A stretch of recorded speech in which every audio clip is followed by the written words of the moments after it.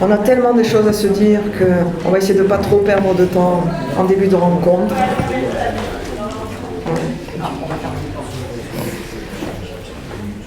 Bien, alors bonsoir à chacune et à chacun.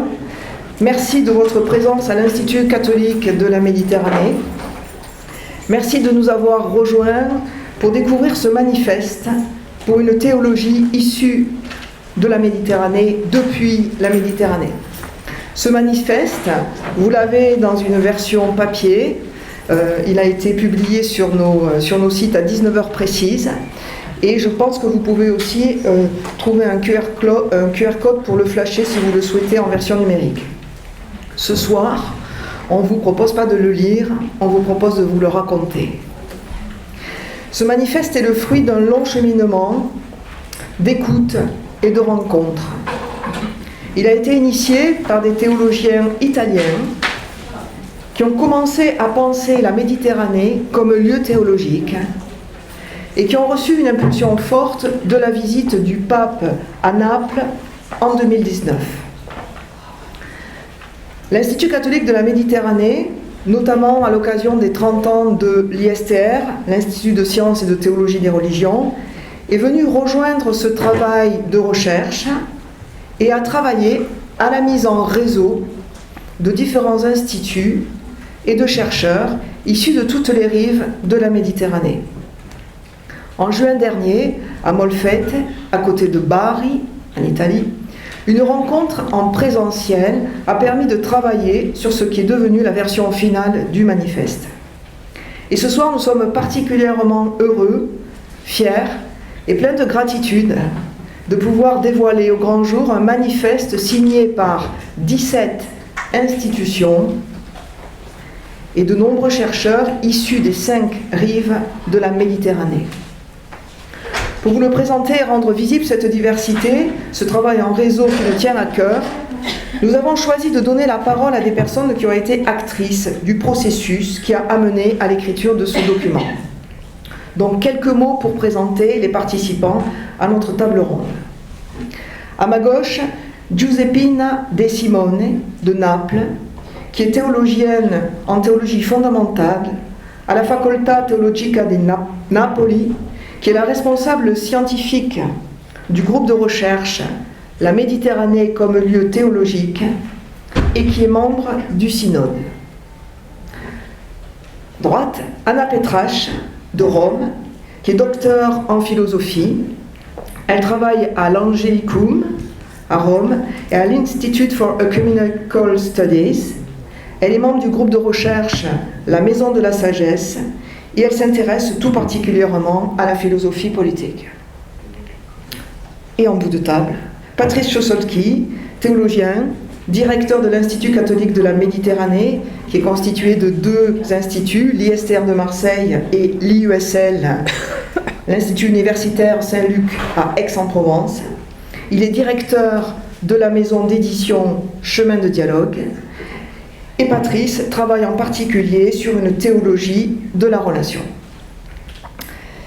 Voilà, et donc je suis Marie-Laure Durand et je travaille en tant que théologienne à l'ISTR, notamment sur les relations entre l'Église et le peuple juif.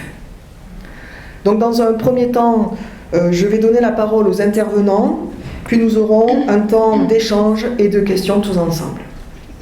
Voilà, alors je vais commencer par demander à Giuseppina de nous parler un peu de l'histoire existentielle de ce manifeste. Commencer par lui demander quel a été le point de départ de cette réflexion. Grazie. Io comincio col dire che questo manifesto è qualcosa di bellissimo. È veramente bello. Per quello che esprime, per quello che racconta. Je commence par dire que ce manifeste est une réalité très belle pour ce qu'elle exprime, ce qu'elle raconte, ce qu'il raconte. Un très beau texte. E la domanda di Marie-Laure è una domanda molto centrata perché lei ha chiesto di raccontare la storia esistenziale di questo manifesto, non semplicemente la storia. La question de Marie-Laure est tout à fait pertinente et bien centrée sur l'essentiel. Ce n'est pas une simple histoire du manifeste, mais une histoire existentielle du manifeste que je vais vous raconter. Questo manifesto nasce da un incontro, anzi da una storia di incontri, è frutto di un lungo confronto, è frutto dell'ascolto e di una riflessione costruita insieme. Ce manifeste est le fruit d'une longue histoire de rencontres, des rencontres, une histoire d'écoute, de réflexion, un long chemin de réflexion. Nasce dall'intreccio di differenti sensibilità e competenze, di storie diverse, legate a contesti e situazioni diverse. Elle part de l'entrelac de sensibilités très différentes, très variées, de compétences très variées de toutes ces réalités méditerranéennes. Ma soprattutto questo manifesto nasce dall'esperienza, nasce da esperienze concrete, non è scritto a tavolino, non è pensato in maniera astratta, ma nasce da esperienze concrete, da un vissuto forte, intenso, da esperienze teologiche condotte nelle diverse sponde del Mediterraneo, sulle rive del Mare Nostrum,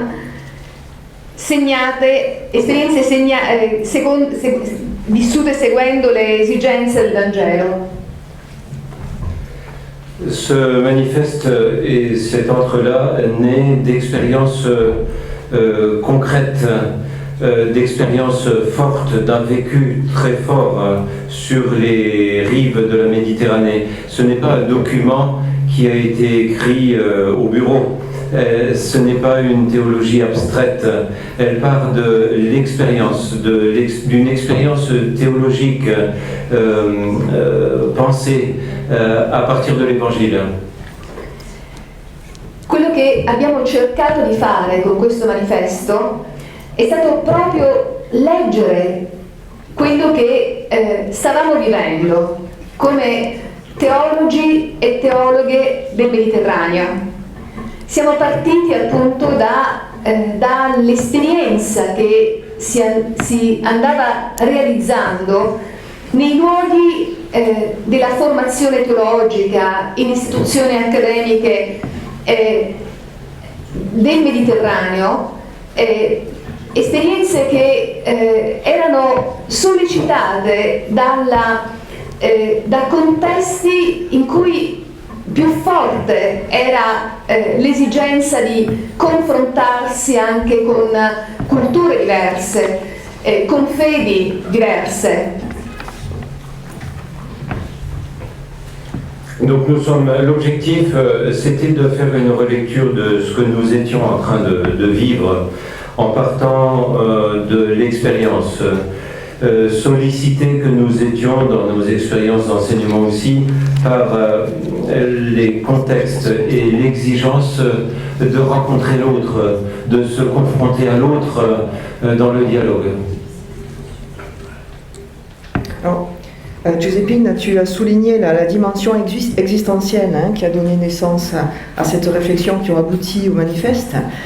Quelles sont les grandes convictions? Sur quoi avez-vous voulu insister en écrivant ce manifeste?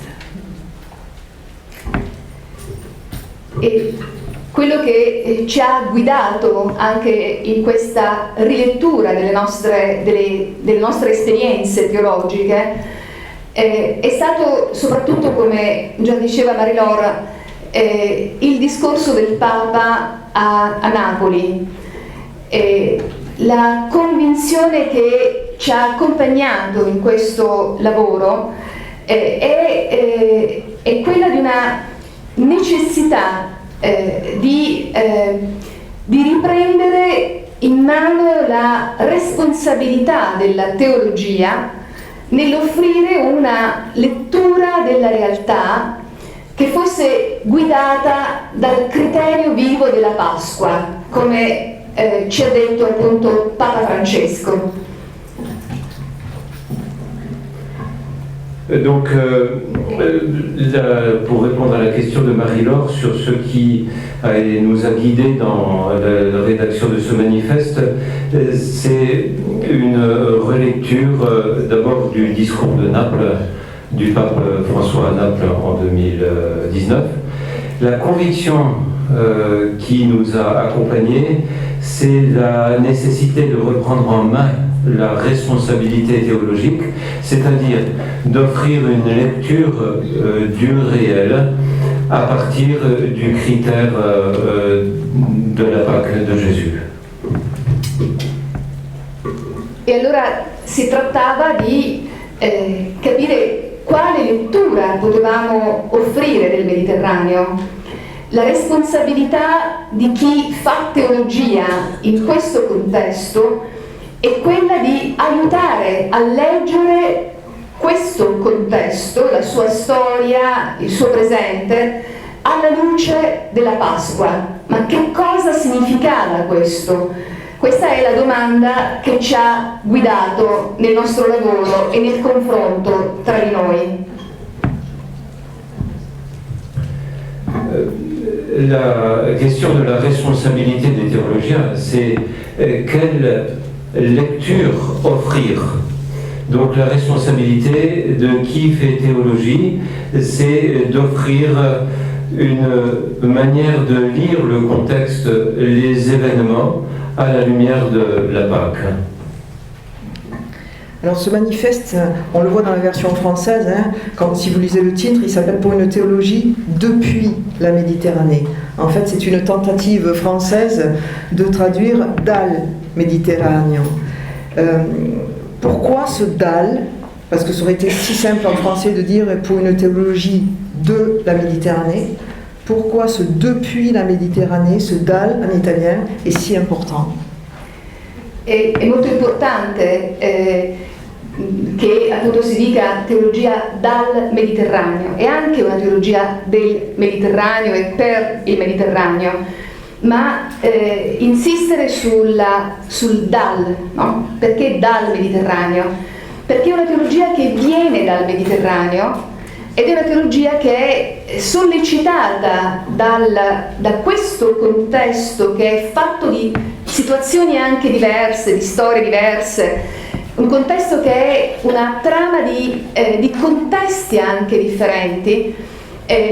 La teologia è sollecitata dal Mediterraneo a rileggere e a comprendere in maniera nuova la storia della salvezza e a comprenderne appunto la forza per l'oggi, a comprendere quella storia come la nostra storia, una storia che ancora oggi, appunto, che oggi nel dramma che si vive anche nel Mediterraneo, nelle tensioni che attraversano il Mediterraneo, continua ad agire come fermento, come lievito, che apre ad una speranza da ritrovare continuamente. Alors pourquoi nous avons voulu intituler le manifeste une théologie depuis la Méditerranée, dal Mediterraneo. Ce n'est pas pour négliger le del qui serait une théologie de la Méditerranée ou une théologie pour la Méditerranée, mais c'est pour insister sur le fait qu'elle vient vraiment de ce contexte. Elle est sollicitée par ce contexte qui est fait d'une histoire, d'une texture de contexte différent. Comprendre comment l'histoire du salut se déploie aujourd'hui, avec quelle force aujourd'hui, et comment cette histoire est au cœur de nos vies, comment l'espérance agit aujourd'hui comme un ferment au cœur de nos histoires méditerranéennes. Alors pour des personnes qui ont le manifeste en main depuis 20 minutes et donc qui n'ont pas eu le temps de lire le contenu, qu'est-ce que tu peux nous dire des choix théologiques? Quels grands choix théologiques ont été faits dans ce manifeste?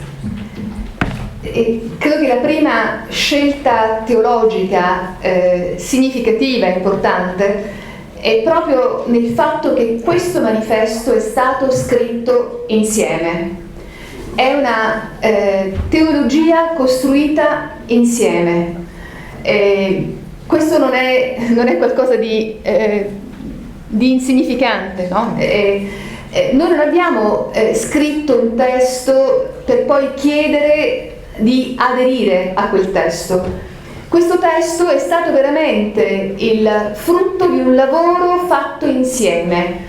Chi ha lavorato alla redazione finale potrebbe dirvi ogni parola da chi viene, da chi è stata detta, quando è stata detta, perché gli incontri che hanno preparato appunto la stesura di questo manifesto sono presenti in quello che hanno espresso all'interno del testo che avete tra le mani. E questa è una prima scelta, quella di fare teologia sinodalmente, potremmo dire, no? Un metodo sinodale, quello di lavorare insieme, di pensare insieme, con tutta la fatica poi che questo chiaramente comporta, ma gustando anche la bellezza di questo lavorare insieme, perché è stato qualcosa di appassionante, di bello, il poter pensare insieme, interrogarsi insieme, ragionare sulle cose, immaginare anche quello che si apriva, una strada nuova appunto da aprire e da percorrere. Le premier des choix théologiques importants, c'est que nous avons décidé d'écrire ensemble ce manifeste. Ce n'est pas un manifeste qui a été écrit à l'avance et qui a été proposé à l'amendement. C'est un manifeste un texte qui permet de revoir les rencontres où nous nous sommes parlé, interrogés, où nous avons imaginé, sont toujours présentes à nous et elles sont présentes dans ce texte. On se rappelle les rencontres à travers tous les éléments du texte. Donc c'est ce choix synodal, le premier choix, d'une lecture, d'une écriture ensemble. E l'altra scelta importante è quella di una teologia umile, di una teologia dell'ascolto, una teologia che si apre all'ascolto della vita prima di tutto, all'ascolto della storia, che è ascolto della parola, perché l'ascolto la parola risuona nella storia, agisce al cuore della storia. E allora questa teologia che abbiamo cercato queste linee teologiche che abbiamo cercato appunto di tracciare, insistono molto sull'ascolto, l'ascolto e il dialogo, perché ascolto e dialogo vanno insieme. E poi l'altra scelta importante è quella di una teologia militante, potremmo dire, engagée dell'estate francese, no? Una teologia non neutrale, una teologia che prende posizione, una teologia che si compromette. Il Papa parla di una teologia della compassione. Ecco, una teologia del Mediterraneo non può non lasciarsi condurre dalla capacità di sentire la vita concreta delle persone, di sentire il dramma della storia, di toccare la carne viva della storia appunto del Mediterraneo, che è il nostro presente, che è la nostra storia. Alors le deuxième principe, le deuxième choix théologique, c'est une théologie humble. Il faut avoir de l'humilité pour écouter, pour se mettre en écoute, écouter la vie, écouter l'histoire. Et cette écoute même de la vie, de l'histoire, est une écoute de la parole qui agit à l'intérieur de l'histoire. Parce que nous prenons conscience que écoute et dialogue vont ensemble. Alors, cette théologie humble de l'écoute devient une théologie engagée, et qui n'est pas neutre, mais qui prend position. Une théologie de la compassion, comme dit le pape François. Une théologie qui se laisse conduire par l'écoute et par la capacité de sentir avec l'autre, de sentir le drame de l'autre, de sentir les blessures de la chair de l'autre. Donc, humble de l'écoute, engagé de la compassion. Merci Giuseppine. Est-ce que l'une ou l'autre d'entre vous souhaite rajouter quelque chose sur la façon dont le manifeste a été fait ou sur ces lignes de structure? Oui, j'ai participé aux dernières étapes de la rédaction de cette manifeste à Bari et j'étais vraiment impressionnée par la manière synodale de faire la théologie. Qu'est-ce que ça veut dire? Il y a des groupes de travail différents dans des chambres différentes. Et là, quand tu arrives à avoir la même idée ou une formulation à peu près la même, tu sens vraiment que c'est l'esprit qui agit. Ce manifeste-là, il part d'une affirmation dogmatique forte qui dit d'une manière directe « Dieu est dialogue » et le dialogue est le lieu de Dieu. Est-ce qu'il s'agit d'une nouveauté? Pratiquement, c'est plutôt un accent différent de choses assez anciennes. Par exemple, Gaudium et Spes encourage les fidèles d'entrer en dialogue avec le monde. Le mot dialogue apparaît 19 fois en Gaudium et Spes. Il commence même avec l'affirmation « L'aspect le plus sublime de la dignité humaine se trouve dans cette vocation de l'homme à communier avec Dieu. » Cette invitation que Dieu adresse à l'homme de dialoguer avec lui commence avec l'existence humaine. De ce dialogue avec Dieu naît l'invitation pour le dialogue loyal et sincère de toute communauté humaine. Et c'est important de penser aussi en termes théologiques. C'est difficile de parler certes du mystère de la Trinité, mais qu'est-ce qu'on peut dire au moins? On peut dire qu'il s'agit d'un dialogue. Puis le texte biblique, il est plein de dialogues. Abraham parle avec Dieu. Il pose des questions, il fait des objections, il négocie même avec Dieu. Le cas d'Abraham n'est pas du tout unique dans la Bible. Esther, Job, tous les prophètes, les psaumes, ils sont des exemples de dialogue. Mais parfois, à travers le siècle, on a oublié ce côté du dialogue du christianisme. Dans le Nouveau Testament, c'est beaucoup plus clair ce côté dialogue du christianisme. Parce que Jésus ne cesse pas d'interroger ses disciples. Et vous, qui dites-vous que je suis? Pierre est interrogé même 3 fois. Même tu, Simon, fils de Jonas. En dialogue avec Pilate, Jésus pose des questions. Est-ce de toi-même que tu dis cela ou d'autres qui l'ont dit? Bon, je pourrais continuer cela, mais important c'est de dire que le style de Jésus est plutôt l'interrogation, questionner ce qui semble évident, pour désidéologiser la position de l'interlocuteur.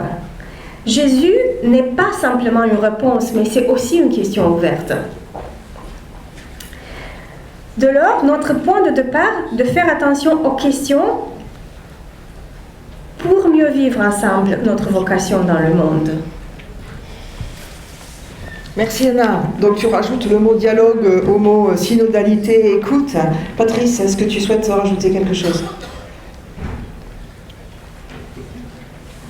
Mais ce que je souhaite rajouter, c'est peut-être pas de mon rôle, mais c'est de faire l'avocat du diable.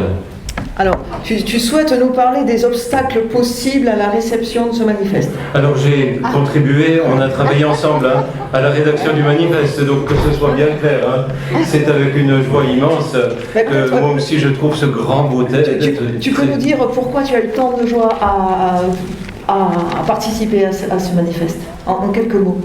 En quelques mots, simplement parce que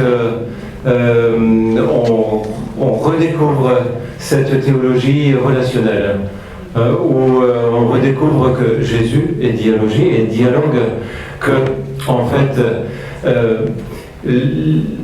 l'attitude même de Jésus est le dialogue avec des disciples, mais c'est aussi le dialogue avec son Père. Enfin, on a l'impression que Jésus vit un tango continuel avec son Père dans son histoire, quoi. Il est toujours avec lui. L'évangile de Saint Jean nous parle de ce tango, de cette danse. Alors, on voit peut-être qu'un partenaire, visiblement, mais c'est tout cela.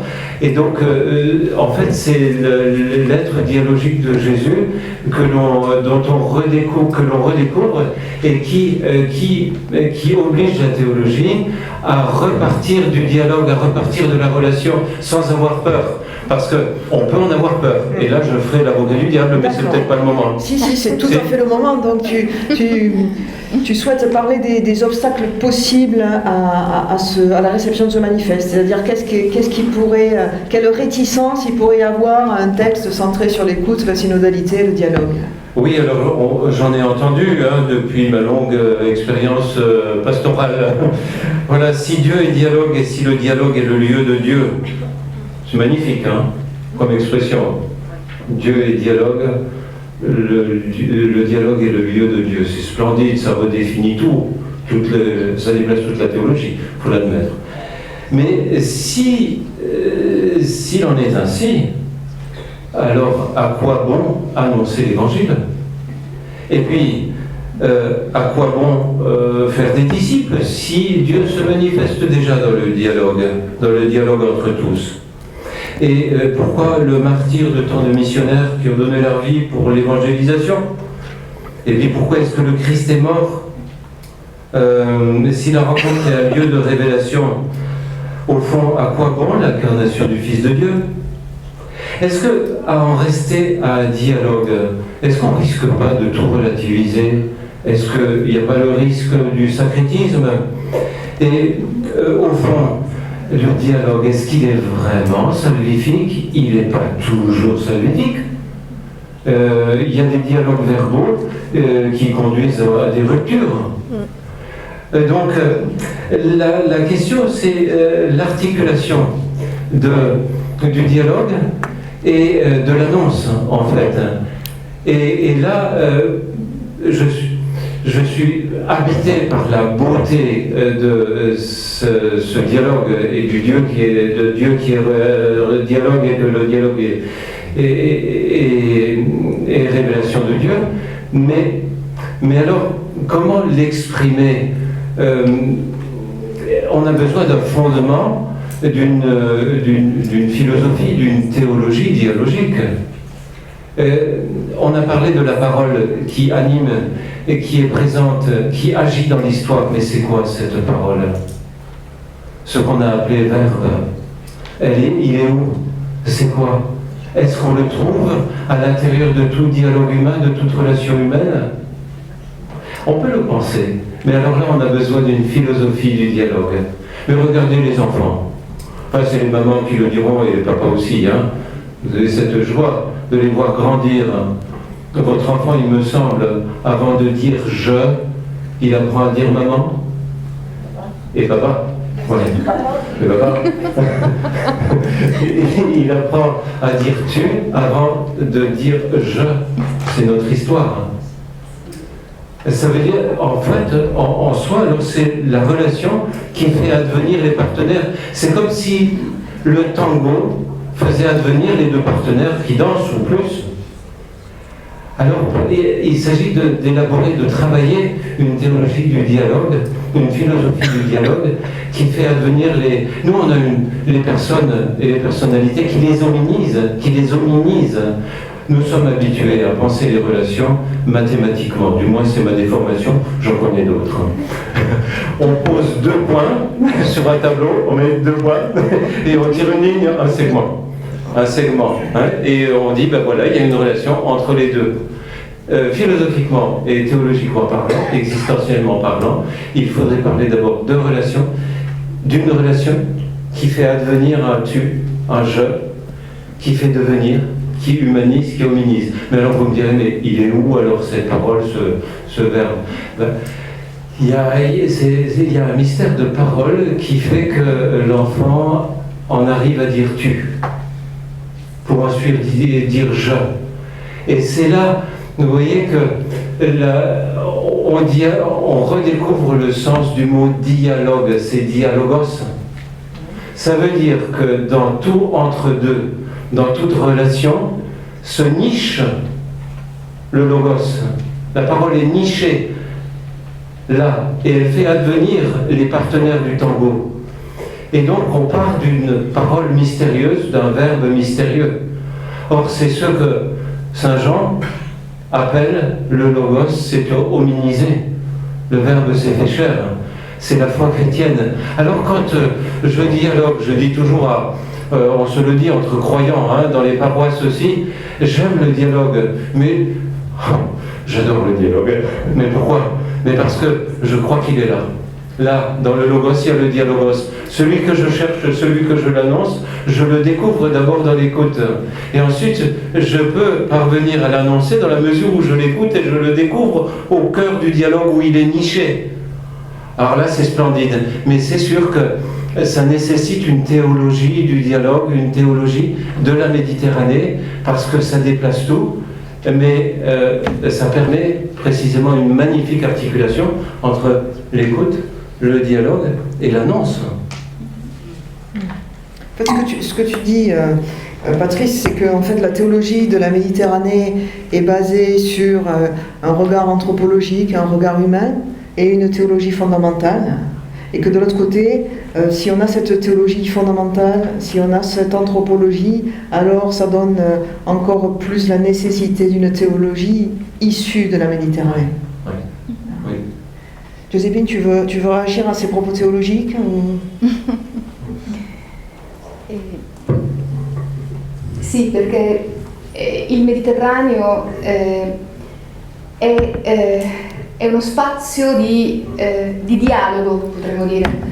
Una teologia del dialogo viene in modo particolare dal Mediterraneo, perché il Mediterraneo ha in sé una grande sfida e una grande promessa anche, che è proprio quella di tenere insieme la diversità, è quella di una relazione che si dà nella diversità e quindi di un dialogo appunto possibile tra diversi, no? Un dialogo che ci fa essere quello che siamo, perché poi di fatto i contesti del Mediterraneo sono differenti, ma c'è anche una unità di fondo che caratterizza il Mediterraneo, che è da ritrovare continuamente, ma che comunque emerge in qualche modo. Ci sono dei tratti comuni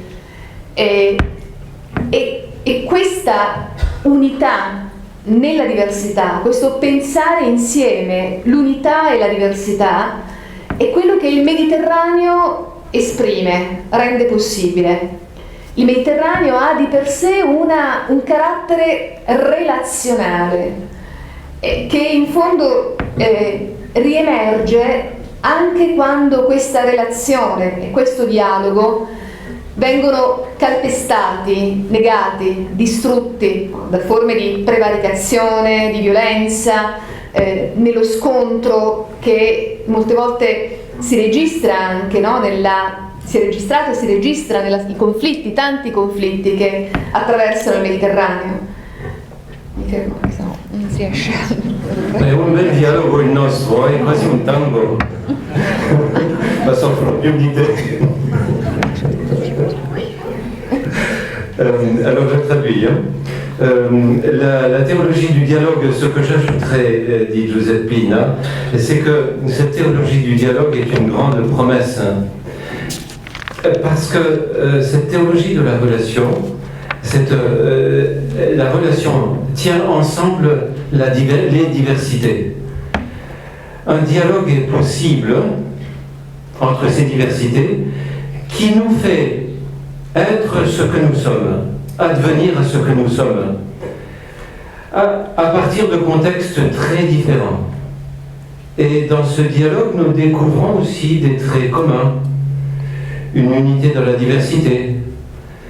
Donc la théologie du dialogue nous permet de penser ensemble le caractère relationnel de la théologie. Mais la Méditerranée, parce qu'elle a ce caractère relationnel, elle stimule la réflexion théologique et le caractère relationnel réémerge précisément aussi quand le dialogue est piétiné, détruit dans la violence, dans la rencontre destructive, hélas.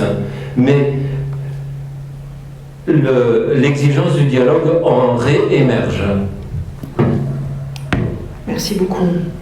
Alors Anna, tu fais partie, avec d'autres chercheurs, d'un laboratoire de recherche qui s'appelle la Maison de la Sagesse, qui est un laboratoire hébergé à l'Institut catholique de la Méditerranée. Ça a beaucoup de sens que ce soit cet institut-là qui le porte. Alors peut-être tu vas pouvoir nous dire un peu ce qu'est la Maison de la Sagesse, mais tu peux aussi peut-être nous dire comment finalement tu disais que tu avais redécouvert votre expérience à la lumière de ce manifeste. Est-ce que tu peux nous exprimer un peu cette redécouverte ?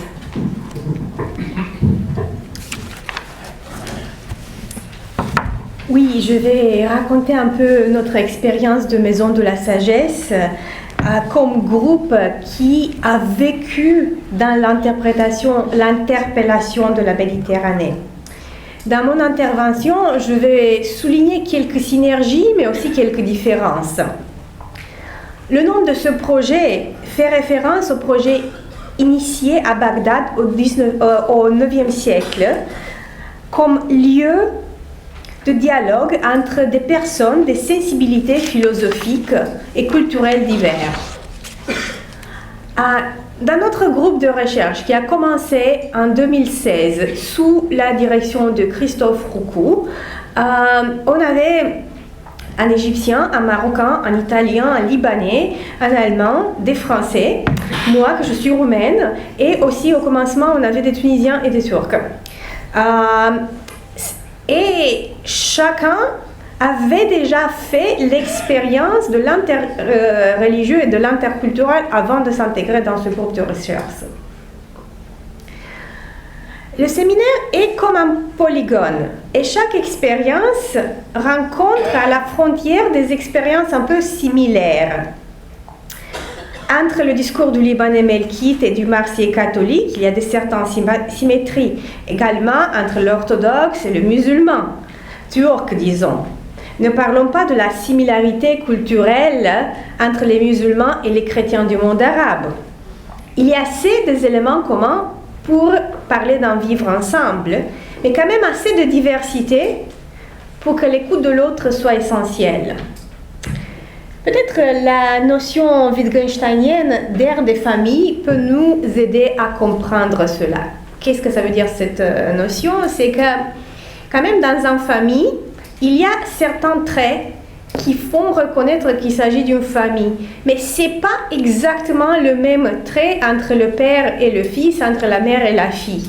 Il y a une certaine similarité entre les gens qui travaillent dans la Maison de la Sagesse, mais ce n'est pas la même de tous les côtés de la Méditerranée. La Maison de Sagesse est donc un atelier, un cadre institutionnel qui donne la voix à des rencontres et des dialogues qui existaient depuis toujours en Méditerranée.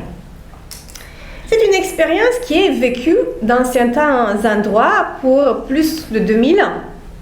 Dans les rues et les portes de Marseille, de Bari, d'Alexandrie, d'Istanbul, d'Athènes, de Rabat, de Tripoli, de Bagdad, il y avait déjà des expériences de la rencontre et de la hospitalité.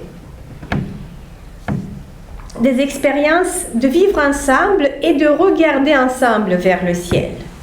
Les Coptes égyptiens, les Melkites syriens, les Maronites libanaises, les Latins venus de l'Afrique ou de l'Italie et de l'Espagne, les orthodoxes grecs, engagés en dialogue entre eux et avec les diverses formes d'islam et les diverses formes de judaïsme, témoignent depuis longtemps de ce que cela veut dire vivre en chrétien sur les rives de la Méditerranée. En bref, ce que nous on a expérimenté, c'est des expériences comme lieu de témoignage, des expériences de rencontres qui se font un peu dans deux étapes. Il y a des étapes internes où que les membres de Maison de la Sagesse parlent et s'écoutent l'un l'autre, et il y a aussi des expériences où on va à l'extérieur rencontrer d'autres gens. Pendant ces rencontres internes, chacun de nous a proposé des narrations sur qu'est-ce que ça veut dire la citoyenneté inclusive, qui peut prendre en compte des diverses traditions culturelles et religieuses. Cette partie de notre séminaire s'est très vite transformée dans une amitié, j'ai presque l'envie de dire dans une famille. Mais un travail de déchiffrer la parole de l'autre était nécessaire.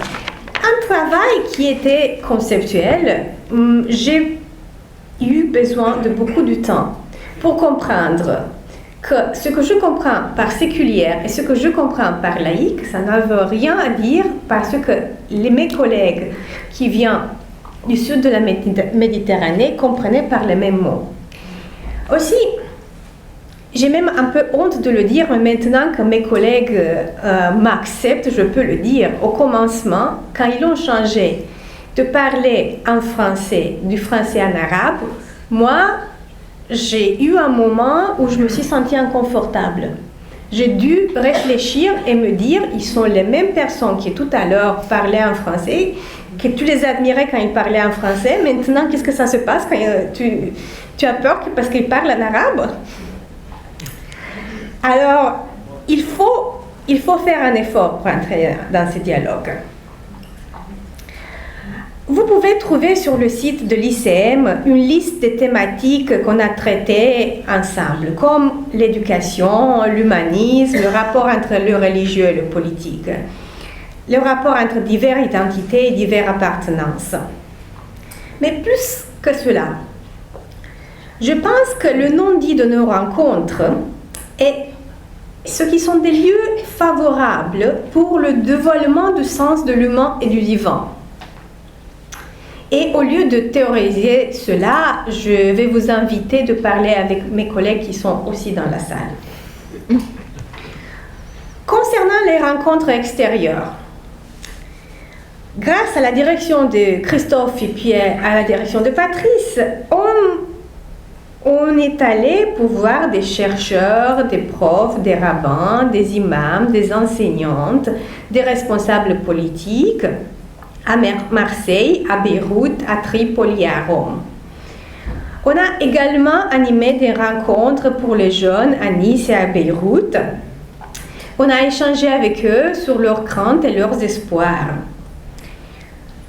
Il s'agit de se mettre à l'écoute, mais aussi de solutions pour vivre ensemble. Pendant ces rencontres, on a pu toucher du doigt les blessures et les angoisses exprimées par des contextes méditerranéens. Surtout concernant la pauvreté extrême de Tripoli, mais aussi de Marseille-Nord. Les espoirs de ceux de la révolution arabe en Égypte et au Liban, moins en Tunisie. La dictature en Égypte et en Turquie. La dictature que moi aussi j'ai connue de ma terre natale.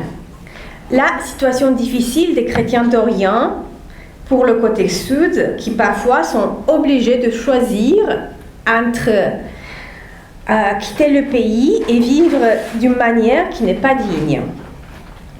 Aucun de nous n'ignore les conflits interreligieux et interculturels que cette région a engendrés. toutes les formes de clôture dans sa religion, dans sa langue, dans sa dénomination, dans sa race, qui ont engendré des tragédies et des vies perdues. Cette expérience est difficile et parfois engendre des souffrances déchirantes, car elle parle d'une position humble, d'une position de celui qui se trouve en minorité et doit garder la foi et l'identité sans endurcir son cœur. Alors, on essaye nous aussi le courage du dialogue et de l'hospitalité.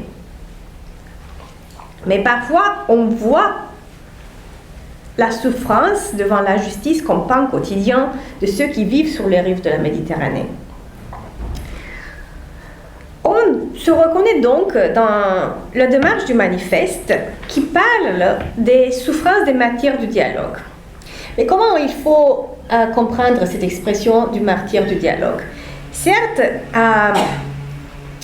il y a des martyrs qui sont morts pour le dialogue, comme les moines de Tibérine, les Coptes en Libye, mais aussi il faut revenir au sens plus ancien du terme martyr, des témoins, des témoins de la vérité. Ce que le mot grec appelle parésia. Michel Foucault a fait des études très intéressantes sur le mot parésia et il souligne qu'il s'agit d'une correspondance entre ce qu'on croit et ce qu'on identifie comme la vérité. Et le terme parésia, ça veut dire entrer en dialogue là quand il y a un danger. Dire une vérité devant un pouvoir qui peut te juger, qui peut te punir pour dire cette vérité. Également, il est un terme qui veut parler d'honnêteté et de sincérité, qui ne met pas une distinction entre la foi et la vérité. Ce matin, Agapios, notre collègue, disait qu'il peut mettre de côté sa foi s'il pense. Mais par contre, s'il doit agir, il ne peut pas mettre sa foi de côté. Et c'est une belle expression de dire qu'on s'identifie avec une certaine manière de vivre.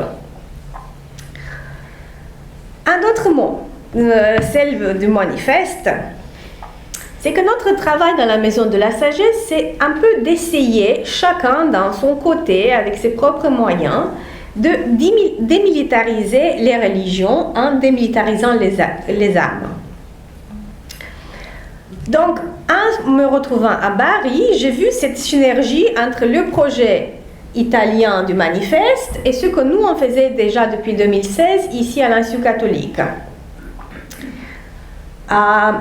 Certes, il y a des différences parce que la Maison de la Sagesse, ce n'est pas un groupe de théologiens, c'est un groupe mixte islamo-chrétien agnostique où on pratique le dialogue, il y a des voix des laïcs et nous, on part à cause de la langue française et du fait que la plupart de mes collègues sont arabophones, on parle de la réalité du Moyen-Orient. Pendant que le manifeste traite des questions liées à l'Afrique, nous, on ignore totalement. Merci Anna pour ces paroles qui font résonner les paroles du manifeste, parce que son intervention est parsemée de citations du manifeste que l'on ne reconnaît pas, ce qui est bon signe, parce que ça montre bien que c'est totalement enchevêtré dans l'expérience de la Maison de la Sagesse. Patrice, qui fait partie ponctuellement du groupe, est-ce que tu veux nous dire 3 mots? Non, mais je rebondis à la parésia, à la franchise qu'évoquait Anna. Il ne faut pas s'imaginer que maintenant que le manifeste est écrit, tout est stabilisé comme un bloc de béton ou de plomb qui va s'enfoncer dans la mer. Le but du manifeste, c'est de naviguer. Donc on va apprendre, on se le disait encore, parce qu'entre les Saint-Crives, déjà entre nous, on n'est vraiment pas toujours d'accord. Et on ne souhaite pas l'être. On va, par contre, le but, c'est pas d'avoir une pensée commune. Le but, c'est de naviguer ensemble, de se laisser balloter par les ondes pour avancer. Et on se disait dans un groupe aujourd'hui, mais un bateau, un bateau qui craindrait les ondes, les vagues, oh, ce serait plus un bateau, ce serait bateau, non? On n'avancerait pas. Donc c'est plutôt d'apprendre, mais ça c'est une ascèse, hein, apprendre à gérer le creux, apprendre à habiter le tra en italien, en l'entre-deux, le in-between. On est habitué à notre zone de confort sur les rives de Méditerranée. Mais là, quand on dialogue entre nous, eh bien, on est déplacé vers un centre, vers un entre-deux. Et on ne voudrait pas y rester. Donc, eh ben, ça se traduit par une expérience existentielle qu'on a eue tous les trois, Marie-Laure, Joséphine, moi-même, un matin, des mails qui arrivent de tous côtés qui disent on n'est pas d'accord. Alors on s'est dit mais on fait quoi? Et bien on s'est dit il faut écouter. Et on va essayer d'écouter et d'habiter l'entre-deux plutôt que de vouloir dire que voilà. Et on a trouvé une parole pour habiter l'entre-deux à l'instant T. Mais on s'est dit que le manifeste nous engage en fait à vouloir habiter ce creux des vagues, cet entre-deux, tout le temps. Donc quel défi! J'imagine déjà entre les 5 rives, ça va être naval. Hein. Merci Patrice. Effectivement, l'idée de ce réseau, c'est qu'il soit modélisant d'une manière ou d'une autre. C'est qu'on puisse déjà vivre ce qu'on tente de comprendre et d'annoncer. Giuseppine, peut-être une remarque qu'on peut faire, ou une question qu'on peut se poser concernant le manifeste, c'est qu'on parle tellement de Méditerranée. La Méditerranée, c'est un espace singulier. En quoi ce qui se joue depuis la Méditerranée a quelque chose d'universel? Pourquoi alors, il y a deux questions en fait. En quoi ça peut être universel, ou alors ça ne concerne que les gens qui sont autour de la Méditerranée? Et puis peut-être, deuxième question, mais pourquoi ça s'est joué là? Qu'est-ce que ça a de spécifique? Torniamo a quello che stavamo dicendo poco fa. Quello che è specifico del Mediterraneo è proprio questo carattere del tra, è nel nome stesso, è nella parola Mediterraneo, è il mare tra le terre, no? È il mare che separa e unisce, ed è un mare che è fatto per essere attraversato, è un mare che si attraversa, in cui si va e si viene, no? Ed è un mare su cui si affacciano paesi che appunto sono molto diversi anche tra loro, ma che nello stesso tempo hanno qualcosa di comune, c'è un'area comune appunto nel Mediterraneo. Allora quello che c'è di singolare ma nello stesso tempo universale nel Mediterraneo è proprio questo intreccio, no? Questo intreccio tra diversità e unità, che poi è un intreccio anche tra singolarità e universalità, perché proprio in questo scambio continuo, che appunto molte volte diventa anche scontro, anche conflitto, emerge quello che appunto non appartiene né all'uno né all'altro in maniera univoca ed esclusiva, ma che è più grande, no? Che ha una dimensione universale. E io penso che quello che in particolare racconta il Mediterraneo, proprio in questo tratto che lo contraddistingue, è la possibilità della fraternità, di una fraternità che non è omologante, no? Che non azzera le diversità, no? Prima Anna parlava di area di famiglia, per dire di quello che è comune essendo diversi, ecco. Nelle famiglie si litiga anche, no? E il Papa dice spesso che quando si litiga vuol dire che la famiglia gode di buona salute, perché quando non si litiga c'è l'indifferenza reciproca. Allora, quello che prima raccontava Patrice, no? La difficoltà a capirsi, La difficoltà a capirsi, la difficoltà a stare insieme. Il dialogo è fatto anche di resistenze reciproche, è fatto anche della paura di cedere qualcosa, di perdere qualcosa. Il dialogo ha dentro tutto questo, e nel dialogo c'è qualcosa che dell'altro resiste. Potremmo dire che, prendendo come riferimento la traduzione, no? Nella traduzione c'è sempre qualcosa di intraducibile, e deve essere così. Cioè c'è come uno scarto che si dà nel rapporto tra alterità, no? Tra chi è diverso, qualcosa che non è mai risolvibile completamente, ma che è bene che rimanga tale. Cioè la diversità deve essere mantenuta, non può essere azzerata. Anzi, questa diversità non è il dire tu sei diverso da me, bene, rimani là, no? Ma è la diversità che si dà nella relazione, in cui appunto ciascuno è quello che è, ma nella relazione. La relazione fa emergere quello che è comune, ma fa emergere anche la diversità di ciascuno. Allora il Mediterraneo ci insegna a guardare la realtà da differenti angolature, no? In questi giorni abbiamo detto che bisogna imparare a guardare anche la realtà del Mediterraneo, ma guardare anche la teologia, pensare anche alla teologia con sguardi differenti, con lo sguardo delle diverse sponde del Mediterraneo, non partendo da noi per accogliere loro, per aprirsi all'accoglienza di altri, ma imparare appunto a stare dentro questa diversità che però è in relazione, è in maniera imprescindibile appunto in relazione. Donc revenons à ce que nous disions, le caractère de l'entre-deux, du tra en italien, l'entre, l'in-between, il appartient déjà, il est dans le mot Méditerranée, l'entre-deux. La Méditerranée sépare et unit en même temps.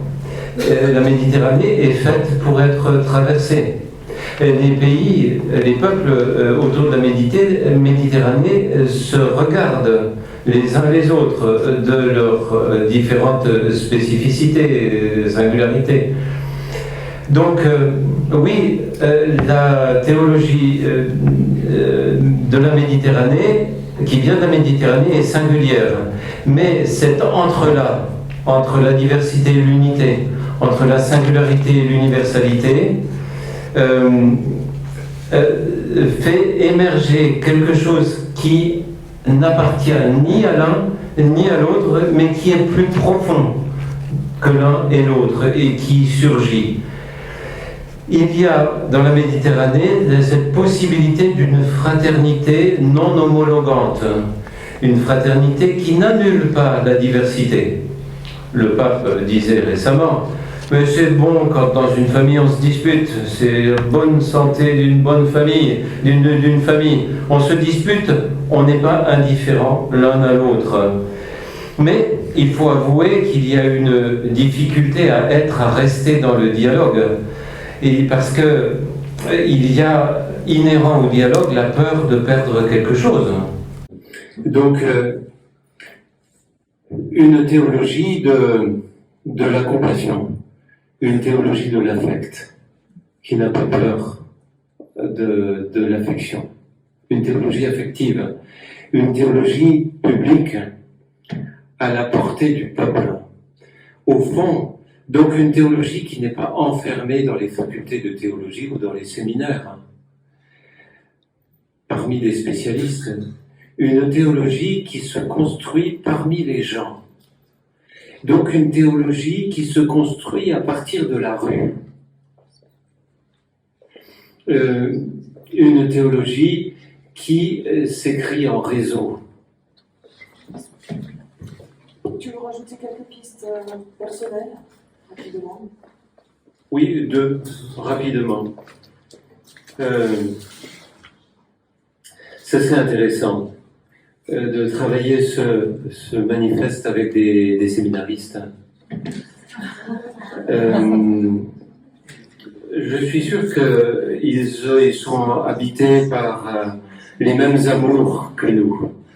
Et que les uns et les autres peuvent vivre un émerveillement devant ce qu'est la relation. Je n'ai aucun doute. Mais c'est une théologie, cette théologie, elle propulse, elle donne envie de dialoguer.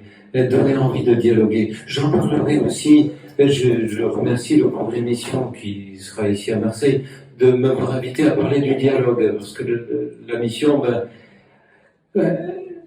vivre la mission à partir de l'envie de dialoguer. Alors là, je crois que si le manifeste pouvait donner envie aux séminaristes, aux acteurs de la pastorale dans nos diocèses, ce serait splendide et j'y crois. Mais alors qu'est-ce que la mission? Eh bien, je pense que vraiment, elle passe par la passion de découvrir le visage de l'autre, parce qu'au fond, sur le visage de l'autre, il y a le visage du Verbe qui hominise, s'humanise. Il y a le visage de ce Verbe dont je voudrais être habité. C'est marial, tout ça. C'est marial. Donc ça, c'est une piste. Puis la deuxième piste, c'est ce travail en réseau. On a vraiment envie, hein. C'est stimulant. Par rapport à l'année dernière où, ensemble avec les autres institutions, on s'est lancé, on sent que là, mais c'est plus simplement une construction de réseau.